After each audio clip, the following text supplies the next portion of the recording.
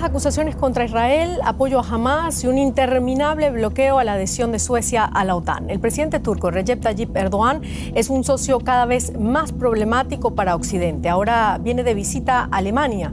Erdoğan aspira a que su país ocupe un lugar más importante en el equilibrio de fuerzas mundial y adquiera un estatus internacional destacado, y no solo en Oriente Próximo. Pero en casa se vulneran cada vez más los valores democráticos. La oposición es reprimida y las minorías perseguidas. Afuera, los terroristas de Hamas son declarados luchadores por la liberación y a Israel se le niega el derecho a existir. En A Fondo nos preguntamos, ¿Erdoğan y Occidente, socio o adversario? ¿Cuál es la estrategia del presidente turco?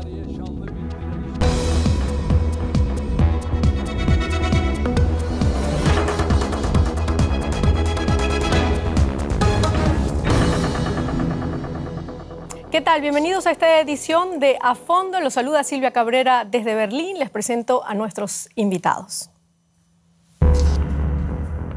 Javier Pérez de la Cruz, periodista establecido en Berlín desde el 2017, forma parte de la redacción de DW. Anteriormente trabajó como corresponsal en Turquía para varios medios españoles.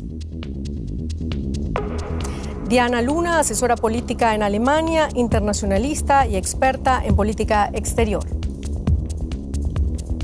Y Lara Villalón, periodista freelance establecida en Turquía desde el 2015, especialista en política exterior turca, derechos laborales y en el movimiento feminista en Turquía y la región. Lara nos acompaña hoy desde Estambul vía Skype. Y ustedes, por supuesto, desde sus casas nos acompañan el día de hoy. Muchísimas gracias por estar con nosotros. A ustedes también gracias por compartir esta mesa de análisis con nosotros.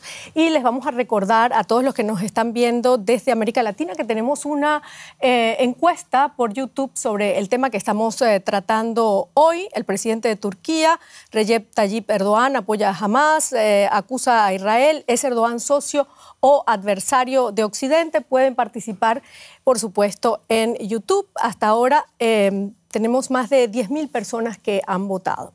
Ahora sí, entremos nosotros de lleno en nuestro tema. Diana, me gustaría comenzar contigo. El presidente turco viene a Berlín, en pocas horas estará aquí. Este viernes va a reunirse con Olaf Scholz. Es una visita controvertida porque se da justamente en este contexto del conflicto entre Israel y Hamas. El presidente turco tiene una posición muy distinta a la de Alemania, ha acusado a Israel y además apoya a Hamas. ¿Cómo ves tú esta visita? ¿Qué significado tiene para ti esta visita de Erdoğan? Es una visita muy controversial, pero creo que la mayoría de las voces dentro del espectro político alemán la ven como una visita necesaria, porque Turquía es relevante en temas de migración. Está por verse si se puede volver a establecer un acuerdo de migración entre la Unión Europea y Turquía. Para Alemania también Turquía es importante por la situación de Erdoğan como mediador entre el conflicto entre Rusia y Ucrania, y también porque para Alemania es muy importante la seguridad de Israel. O sea, Alemania se ha comprometido a la seguridad de Israel. Es algo que existe un consenso político y social de ver la seguridad de Israel como estado de razón. Y sin embargo, hemos visto un aumento de actos antisemitas en las calles de Alemania en las últimas semanas. Entonces, el ambiente en Alemania es un ambiente difícil. Y hay que recordar que la visita de Erdoğan es una visita muy peculiar debido a la población migrante turca, alrededor de 3 millones. Algunos de ellos son ciudadanos alemanes, algunos no han querido serlo. Y el discurso de Erdoğan de mencionar a Israel como un estado terrorista influye en las calles de Berlín por muchas razones. Una de ellas, que en mi opinión es problemática, porque el presidente Erdoğan, en especial el gobierno turco, tienen influencia en las mezquitas, en los imanes. Una gran parte de los imanes en Alemania son pagados por el gobierno turco. Esa es la forma en la que está estructurado. Y lamentablemente se han dado muchos casos de denuncias donde hay imanes que predican abiertamente el odio en contra de Israel y en contra de los judíos. Y esto tiene un impacto fuerte en las calles de Berlín. Claro. ¿Tú qué opinas? Por una parte, tenemos a Hamas a Turquía, que ve a Hamas como luchadores por la liberación. También Alemania, como dice Diana, ha hecho de la seguridad de Israel una razón de Estado. ¿Tiene Berlín que correrle la alfombra roja a Erdogan en este momento? ¿O cuál debería ser la actitud más bien del gobierno de Olaf Scholz? Yo creo que, como ha sucedido anteriormente en la relación entre Alemania y Turquía, no pueden entenderse por separado, se necesitan uno al otro y este caso es un ejemplo más. Es una visita incómoda para Alemania por lo que estábamos hablando ahora y también quizá lo que se está olvidando en cierta medida es que las críticas a Israel no vienen solo de Erdogan y del punto de vista islamista. Ha comentado el tema de las mezquitas relacionadas con la comunidad turca aquí en Alemania, pero también mucha de la sociedad civil alemana de origen turco, ciudadanos alemanes de origen turco, que están protestando en las calles, protestas que también llegaron a prohibirse, protestas a favor de Palestina, están protagonizadas no por esa comunidad religiosa islamista, sino por opositores a Erdogan, que son una comunidad con la que realmente el centro político alemán quiere tender puentes y quiere también ser parte de esa relación para mejorar la relación entre los dos países. Entonces, es importante mantener la normalidad institucional entre los dos países, para los dos países, y este es un episodio más simplemente de lo que está ocurriendo. Ha habido otros roces, hasta cierto punto también en la guerra entre Rusia y Ucrania. A lo mejor Alemania, desde el lado de la Unión Europea, la OTAN, le hubiese gustado que Turquía ejerciera más presión. Ocurrió anteriormente con los ataques a las posiciones kurdas en Siria, también en Irak, también dentro de Turquía, que aquí en Alemania se criticaron mucho y generaron muchísimas tensiones. Y la relación continúa, porque lo cierto es que los dos países se necesitan. Claro, los dos países se necesitan y ha sido una relación además como una montaña rusa, ¿no? De sub y baja todo el tiempo. Voy a Estambul. Lara, me gustaría conocer cuál es la posición de la opinión pública o qué opina la gente allá en Estambul sobre esta visita de Erdogan. ¿Qué busca aquí en Alemania?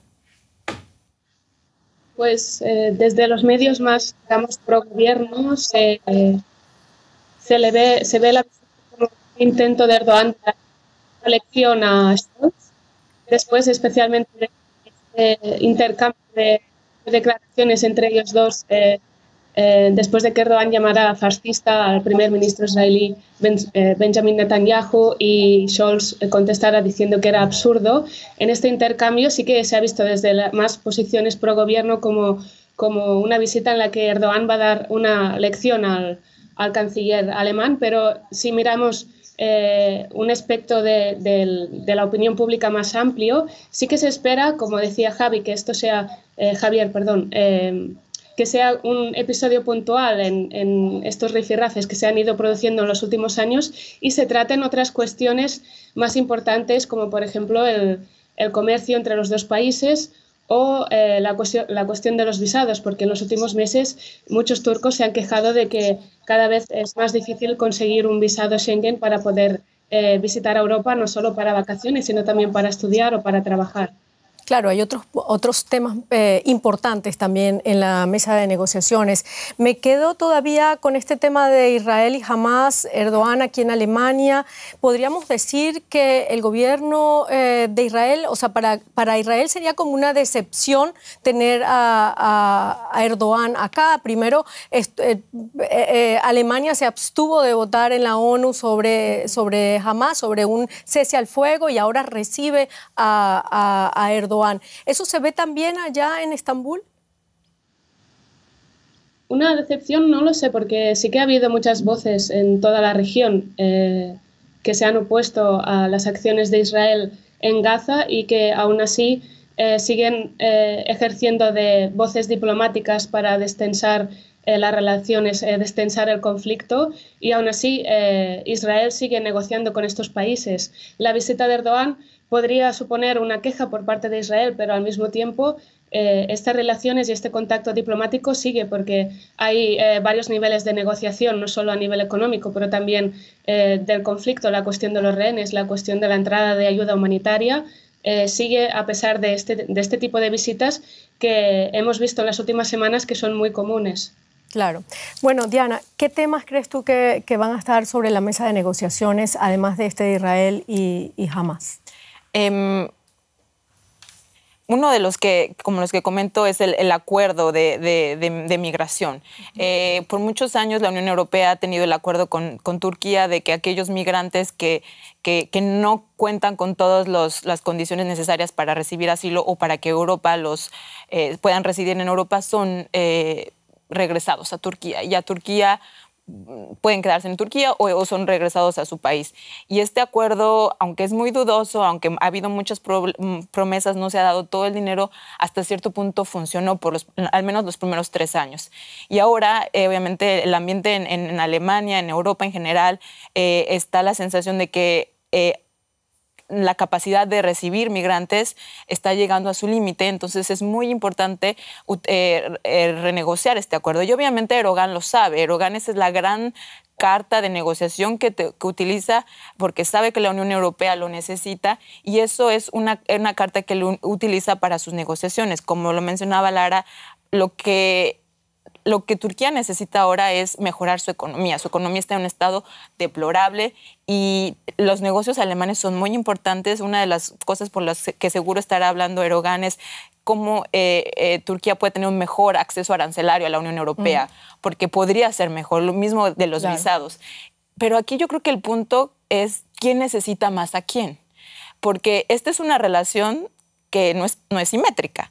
Y a veces me da la impresión en Alemania de que se necesita a Turquía, la Turquía bajo Erdogan completamente. Y si bien Erdogan es un socio indispensable, es un socio poco confiable, y creo que en esta relación asimétrica Turquía necesita más a Alemania. Yo no estaría tan convencido de eso. Desde luego, Turquía necesita a Alemania, necesita a la Unión Europea, necesita el mercado comunitario.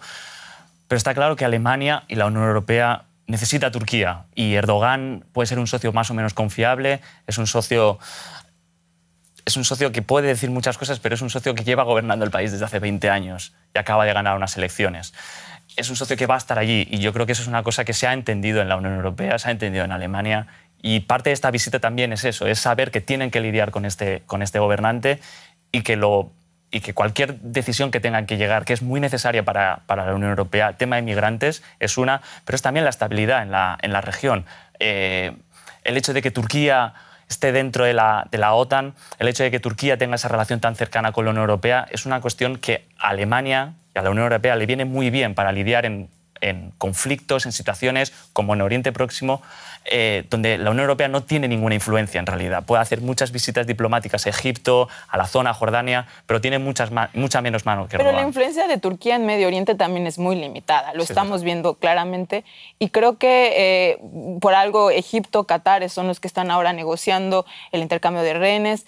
Turquía, Erdogan quisiera ser el gran negociador y no lo está haciendo, entonces yo creo que sí, se necesitan uno a otro, pero la impresión de que tenemos que hacerlo bajo las condiciones de Erdogan es donde yo creo que esa visión es incorrecta. Creo que Alemania puede poner las condiciones y sería una gran señal para la oposición democrática que está sufriendo grandes represalias en Turquía. Claro. Bueno, este debate es interesante para preguntárselo a Lara. ¿Cómo se ve la relación allá en Turquía, la relación entre el gobierno de Turquía y el gobierno alemán, entre los dos países? ¿Cómo se ve la relación?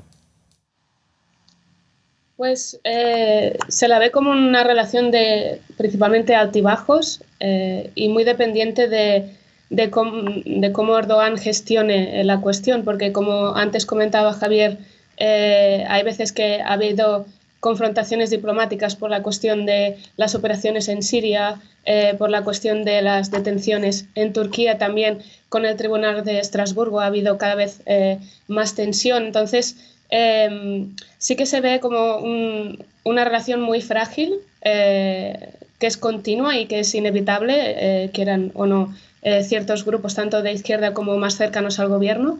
pero sobre todo se ve como una relación muy frágil. Bueno, una relación frágil. Antes de pasar a nuestro próximo informe, voy a hablar de la encuesta. ¿Es Erdogan socio o adversario de Occidente? Socio, 13%, adversario, 35%. Dicen que es adversario de Occidente. Busca ganar protagonismo internacional. 52% del público dice que sí, que busca ganar protagonismo internacional. Hay un comentario acá que puedo leer de José Manuel Justiniano Vaca. Dice, Erdogan tiene sus propios intereses, está resentido porque aún no es miembro de la Unión Europea. Ese es un tema interesante que podemos tratar más adelante. En todo caso, Recep Tayyip Erdogan ha logrado convertirse en un hombre duro de la política. Los resentimientos contra Occidente son parte de las razones de su fortaleza. Ahora ataca a Israel, dice que es un Estado terrorista y que el fin de Netanyahu está cerca. Al hablar de Medio Oriente, la retórica del presidente turco Recep Tayyip Erdogan es dura, especialmente con Israel y Occidente. Israel, te declararemos criminal de guerra ante el mundo. El principal culpable de la masacre en Gaza es Occidente. Hamas no es una organización terrorista, sino un grupo de liberación y combatientes islámicos. Palabras muy bien recibidas en Turquía y que en Occidente causan indignación, pues Erdogan no menciona a las víctimas israelíes de Hamas. En un principio, Erdogan se había ofrecido como mediador debido a sus conexiones con los palestinos y con Israel. En septiembre se reunió por primera vez en persona con el primer ministro israelí Benjamin Netanyahu. Pero, ¿hasta qué punto iba en serio este acercamiento? Los expertos llevan tiempo advirtiendo de que Turquía estaría ofreciendo refugio a los miembros de Hamas. En julio, Erdogan recibió en Ankara al líder político de la organización islamista Ismail Haniyeh, pro-palestino y pro-Hamas. ¿Cuál es el objetivo del presidente turco?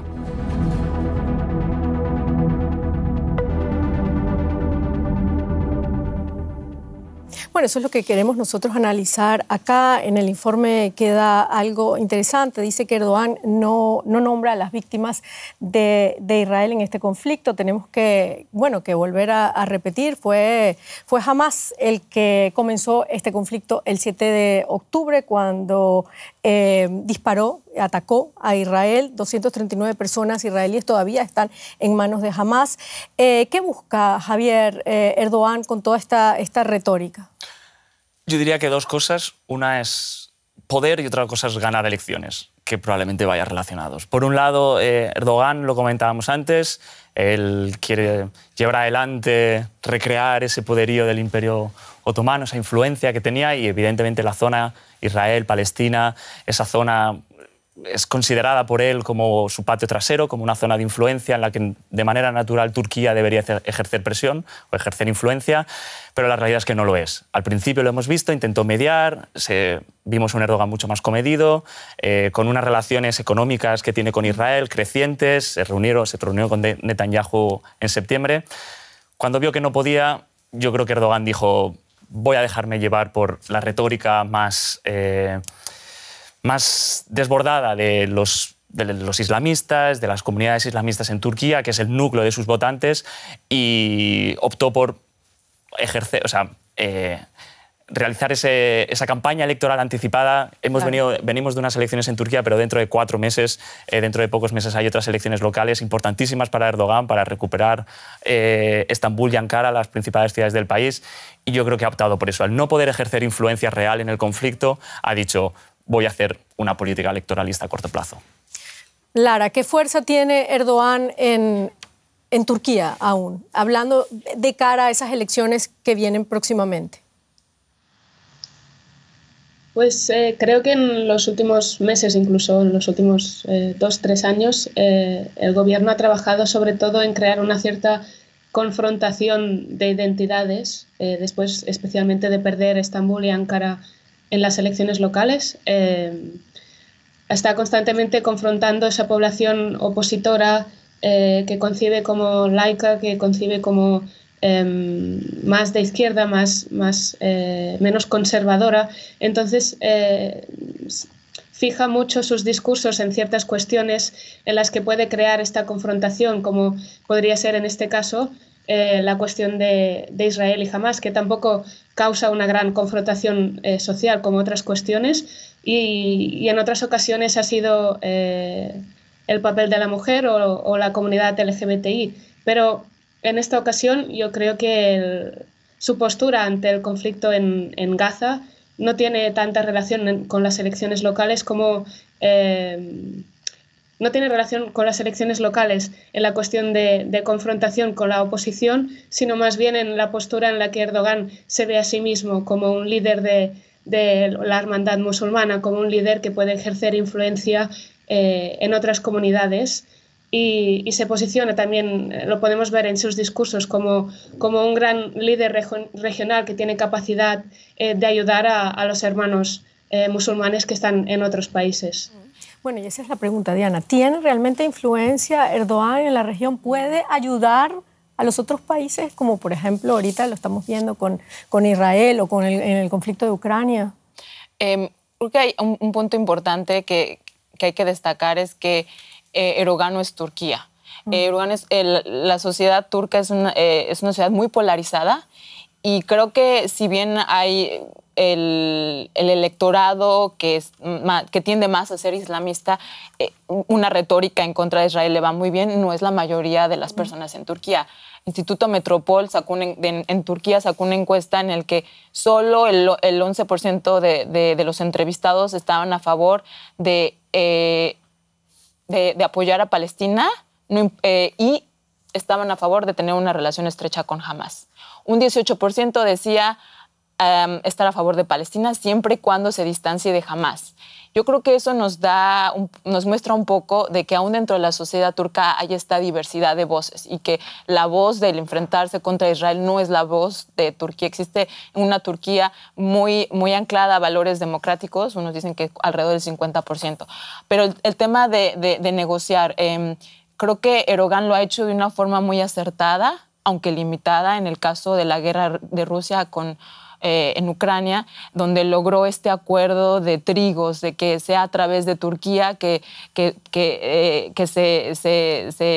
los trigos, sobre todo el cereal que viene de Ucrania, se pueda llevar a otros países. Y todo fue por la negociación muy estratega y muy exitosa de Erdogan. Y él pensó que este tipo de situación la puede replicar fácilmente. La situación es en que en cada negociación las dos partes se preguntan qué gano negociando con él, en este caso el mediador Erdogan, y qué pierdo. En el caso de Israel y Palestina bajo Hamás, era muy claro que Israel no iba a ganar nada con Turquía. Y aún Hamás tenía mucho más para ganar con Egipto y Qatar. Entonces yo creo que en este sentido el rol de Turquía, por más que quiera ser aspiracional a ser una potencia mundial, Erdogan siempre menciona el mundo es más allá de los 5 miembros. De los 5 miembros se refiere al Consejo de Seguridad. Es decir, que no hay ningún tipo de relación entre Israel y Turquía. Sí hay, en relación comercial lo hay. Las relaciones siguen bien independientemente de las declaraciones. Los empresarios se conocen entre ellos, hay una buena confianza. En la relación diplomática, ahora todos los diplomáticos de Israel han salido del país, pero yo creo que bajo las negociaciones existe una relación política. ¿Y este conflicto diplomático, Javier, puede influir de alguna manera en esas relaciones económicas, comerciales que tienen los dos países? Va a influir, sin duda, eso no es ningún secreto, está pasando ya. Cuando Erdogan dice que no se va a reunir con Netanyahu, que no lo considera un interlocutor adecuado, esa relación se va a resentir. Pero no es la primera vez que pasa. Pasó con la Flotilla de Libertad, cuando un barco de ayuda humanitaria que llegaba a Gaza fue atacado por tropas israelíes y murieron ciudadanos turcos. Las relaciones entre Israel y Turquía saltaron por los aires, luego se rehicieron, luego se volvieron a deshacer, luego se han vuelto a rehacer. Es una constante. Y la realidad es que hablábamos antes de la relación de Alemania y Turquía. y Turquía e Israel es bastante parecido. Los dos países se necesitan, lo que pasa es que la tensión entre Turquía e Israel es mucho mayor. Claro. Hablamos, no solo es en la parte, la comunidad más conservadora, islamista, religiosa de Turquía, sino también este sector más laico, más progresista, que también está totalmente en contra de muchas políticas de Israel. No quiere decir que sean menos democráticos, claro, creen también en ese juego democrático, pero están también muy en contra de Israel. Entonces, Turquía o Erdogan en este caso, que yo en este tema sí que vincularía más Turquía y Erdogan, en este caso creo que la relación entre Turquía e Israel es una cuestión más de Estado que de gobierno. Es una cuestión más de Estado que de gobierno, dice Javier sobre la relación entre Turquía e Israel. ¿Qué opinas tú, Lara?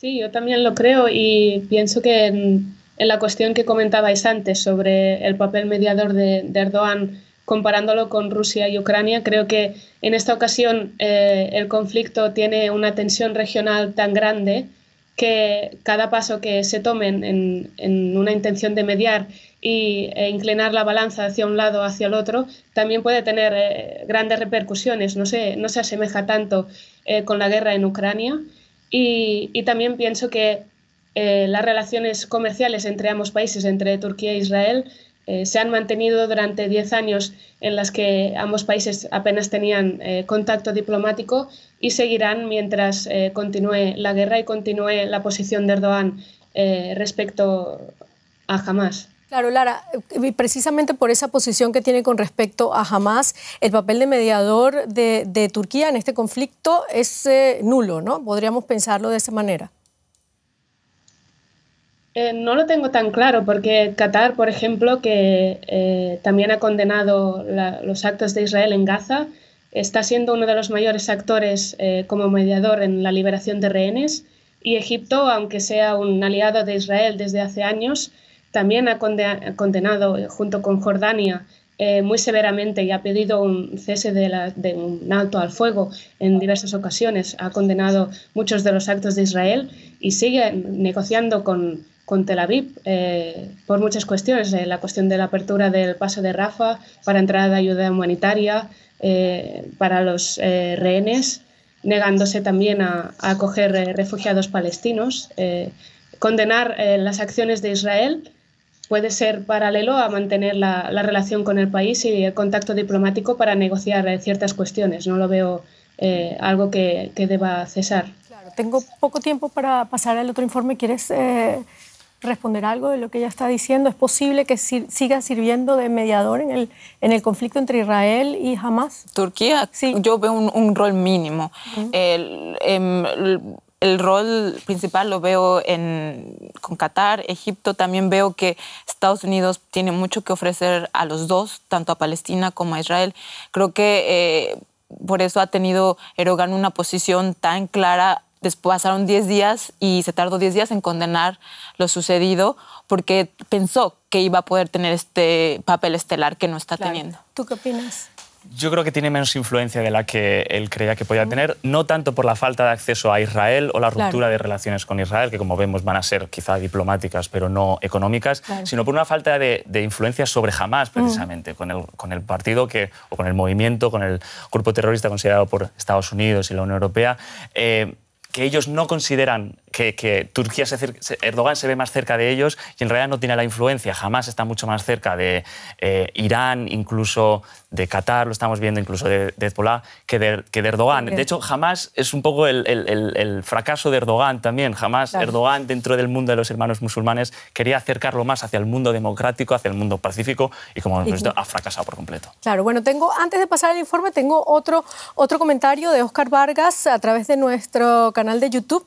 Dice, la respuesta es muy sencilla. Erdogan responde a Erdogan. Él está del lado del que más le conviene y sabe jugar bien sus cartas. Bueno, ahora sí, la mayoría de los estados de la OTAN, que es otro tema importante, están del lado de Israel en la guerra contra Hamás. Turquía es el único que adopta una postura diferente. El secretario general de la organización, Jens Stoltenberg, no cree que la unidad de la alianza esté en peligro. Al fin y al cabo, argumenta Stoltenberg, la posición turca no influye en lo que hagamos o dejemos de hacer. porque no desempeñamos ningún papel en este conflicto concreto. Pero, ¿realmente funciona tan fácil todo dentro de la alianza o la actitud de Stoltenberg pudiera estar relacionada con la ratificación pendiente por parte de Turquía de la adhesión de Suecia a la OTAN? Me gustaría comenzar ahora con este tema con Javier, porque es complicado el tema de la OTAN. Aquí muchos dicen que funciona muy bien la política de chantaje del presidente turco. Jens Stoltenberg pasa literalmente de las palabras de Erdogan contra Israel y a favor de Hamas. Y es extraño. ¿A qué se debe esta posición de Stoltenberg? Bueno, está claro que Turquía es un verso suelto, por así decirlo, dentro de la OTAN, pero está dentro de la OTAN.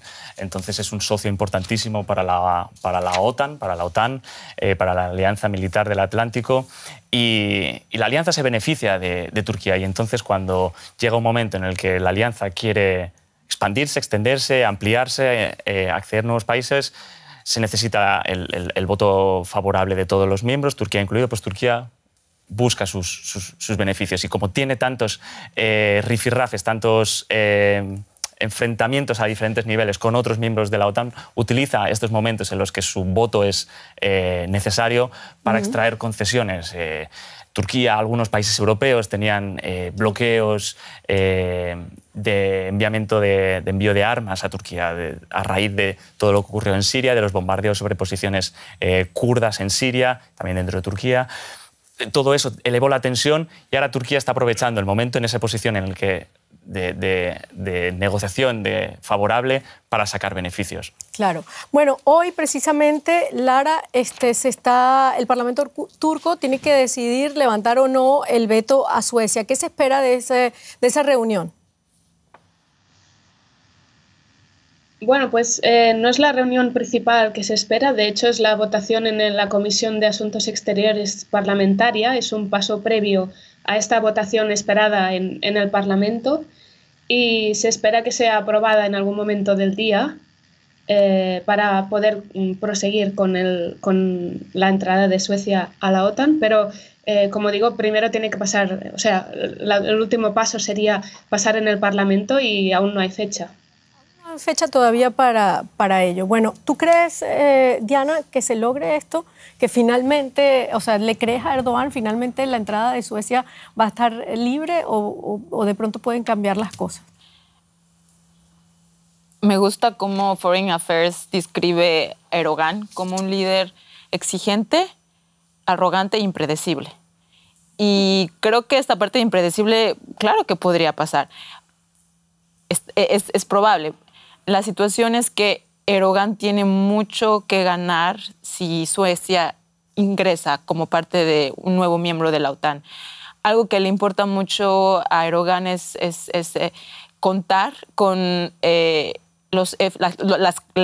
tipo de aviones, los caza F-16, que es algo que el gobierno estadounidense, Biden, no ha permitido que compre este armamento, por la simple razón de que hace algunos años Turquía compró un sistema misil de defensa ruso y eso vulnera la seguridad de la OTAN, en específico de Estados Unidos. Y como este es un asunto que hemos hablado mucho de Erdogan funciona, las relaciones entre Erdogan y Occidente son transaccionales. Tú me das, yo te doy. Hay concesiones, esta es una concesión que es importante para Erdogan, entonces, y yo creo que sí, él podría, yo creo que sí tendremos muy pronto a Suecia como un nuevo miembro de la OTAN. Bueno, este es un año también importante para Turquía. La República de Turquía cumple un siglo este 2023, cuando Recep Tayyip Erdogan celebra además 20 años en el poder. Quiere ahora imponer la idea de un siglo de Turquía y una nueva constitución. Sus críticos dicen que Erdogan impulsa una segunda república más conservadora, más islámica, que se distancia de Occidente. En algunos crece ya el descontento. Ha pasado medio año desde que comenzó el tercer mandato del presidente Erdogan. Cada vez más personas, sobre todo jóvenes profesionales universitarios, quieren irse de Turquía. Uno de ellos es Hüseyin Buyukdak, profesor de inglés. En Alemania o en cualquier otro país occidental, eres valorado como persona. En Turquía no eres valorado. Puedes ser considerado traidor en cualquier momento. La represión del sistema autoritario de Erdogan, pero también la crisis económica y el elevado coste de la vida causan desesperación entre la población. La última tasa oficial de inflación fue del 61%. Conseguir un visado no es fácil. Algunos acaban pagando a traficantes para llegar a Europa Occidental por la ruta de los Balcanes. Actualmente, casi un tercio de todos los solicitantes de asilo en Alemania procede de Turquía. Tan solo en octubre fueron alrededor de 10.000, el segundo grupo más numeroso después de los refugiados sirios. Hüseyin Buyuktak también quiere ir a Alemania. ¿Está perdiendo la élite la fe en la promesa de Erdogan del siglo de Turquía? El siglo de Turquía, un siglo para Turquía, dice Erdogan. Parece que muchos, sin embargo, ya no quieren creer en esto. Cada vez se siente más el descontento popular. Javier, ¿cómo calificas tú el gobierno de Erdogan? Bueno, es un gobierno autoritario, sin duda. Es un gobierno que ha implantado un sistema donde hay elecciones que son libres, pero no son justas. No hay libertad de expresión, se vulneran los derechos humanos. Y bueno, y no es nada nuevo. O sea, hemos visto muchos años que el país ha seguido por esta deriva y así seguirá, y así lo ven los ciudadanos también. El país está prácticamente a la mitad partida, 50%. Lo que pasa es que el 50% que está enfrentado a Erdogan o es opositor a Erdogan también está dividido. Entonces ahí es donde Erdogan consigue forzar o lograr sus mayorías, y así es como se ha mantenido en el poder durante 20 años. Claro. Ana, ¿cuál es el ambiente en las calles de Turquía? ¿Se siente ese descontento? Y por otro lado, me gustaría preguntarte sobre esa nueva constitución que pretende adelantar Erdogan. ¿Cuáles serían esos cambios fundamentales? Sí que hay mucho descontento y mucho pesimismo con la cuestión económica, aunque también la población también está bastante dividida, y lo vimos en las elecciones pasadas de mayo. Gran parte del electorado sigue creyendo que es una crisis económica global que no está causada por las autoridades turcas, sino que la inflación afecta a todos los países de la región y por lo tanto en Turquía también, aunque mucha otra gente también se ha dado cuenta que esta inflación que sufre el país, en la que cada semana los precios de la compra son diferentes, se dan cuenta de que hay algo que falla, que el gobierno está haciendo mal o está dejando de hacer algo que no funciona. Y por otro lado, en la calle también se nota bastante silencio, en el sentido de que cualquier tipo de crítica o expresión en las calles está siendo reprimida ya desde hace varios años, por lo que al final Erdogan también está jugando mucho a debilitar la oposición en las calles y la unión de varias agrupaciones y partidos. Y sobre lo que me preguntabas, lo último, aún se desconoce bastante cómo va a ser el contenido de esta nueva Constitución, pero también creo que está bastante relacionada con el hecho de que en 2017 se produjo un referéndum para cambiar la Constitución, para cambiar el país de un sistema parlamentario a uno presidencialista, donde el presidente reunía muchos de los poderes ejecutivos, y se ha visto en los últimos años que hay muchos fallos en este sistema. Entonces yo creo que salvo algunas cuestiones más sociales que quieran tocar en la Constitución, creo que en el fondo también están intentando arreglar y reajustar estas cuestiones que fallaron cuando hicieron el referéndum y cambiaron la Constitución. Claro. Bueno, Diana, hablábamos de autoritarismo, populismo, más presidencialismo en Turquía. ¿Debería Occidente dejar de negociar con Erdogan en vista de este gobierno autoritario, o todo lo contrario, acercarse más a él? Es que es muy difícil en un mundo como el que vivimos escogerse a los socios. En el caso de Erdogan, creo que Alemania debe continuar haciendo presión porque vemos una tendencia de Erdogan de seguir acumulando poder. No es sorprendente ver que Turquía se ha convertido en el tercer país donde las personas buscan más ser refugiados políticos en Alemania. Vemos muchos periodistas exiliados viviendo aquí. Y vemos también muchos jóvenes buscando salir del país. 3 de 4 jóvenes en Turquía ven su futuro fuera de Turquía. Entonces, eso hace que sea difícil tener una relación. ¿Se asemeja cada vez más a algunos líderes latinoamericanos? Y te lo pregunto porque eres la única latina aquí en esta mesa de debate. Bueno, la comparación es difícil, pero claro que sí vemos concentración de poder. Vemos, no hay libertad de prensa. Claro que puedo pensar muy bien en un Maduro, en un Bukele, que por cierto son los que tienen las mejores relaciones con Turquía.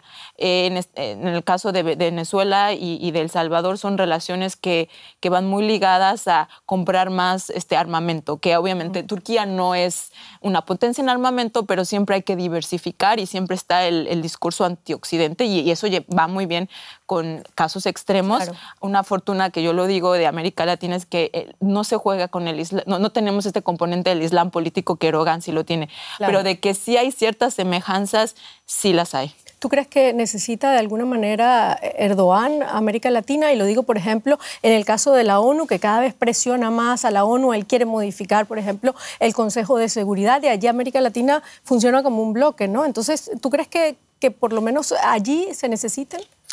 Sí, yo creo que sí. Yo creo que América Latina, ciertos países, ciertos gobiernos en América Latina son fundamentales para Turquía para seguir siendo ese verso suelto, por así decirlo, dentro de la OTAN, dentro del mundo occidental, en el que Turquía está en la puerta. A veces la cruza, a veces no la cruza. Entonces, para mantener esa relación y ese discurso antiimperialista que le gusta muchas veces a Erdogan, mantener el apoyo con ciertos gobiernos en Latinoamérica, principalmente Venezuela, es fundamental. Silvia, el apoyo de la influencia de Turquía, de Erdogan en América Latina es muy limitada. Es muy limitada. La influencia más fuerte es a través de su poder suave, que son las telenovelas. Claro. Sí existe un poder comercial que está creciendo más, pero para empezar no existe una posición latinoamericana en Naciones Unidas, lo acabamos de ver, y creo que a veces tendemos mucho a hablar de la influencia rusa. No se puede comparar la influencia rusa, la China, con Turquía, que es más una potencia regional. Bueno, tengo muy poco tiempo y me gustaría preguntarle a Lara cómo se ve allá esa relación entre América Latina y Turquía.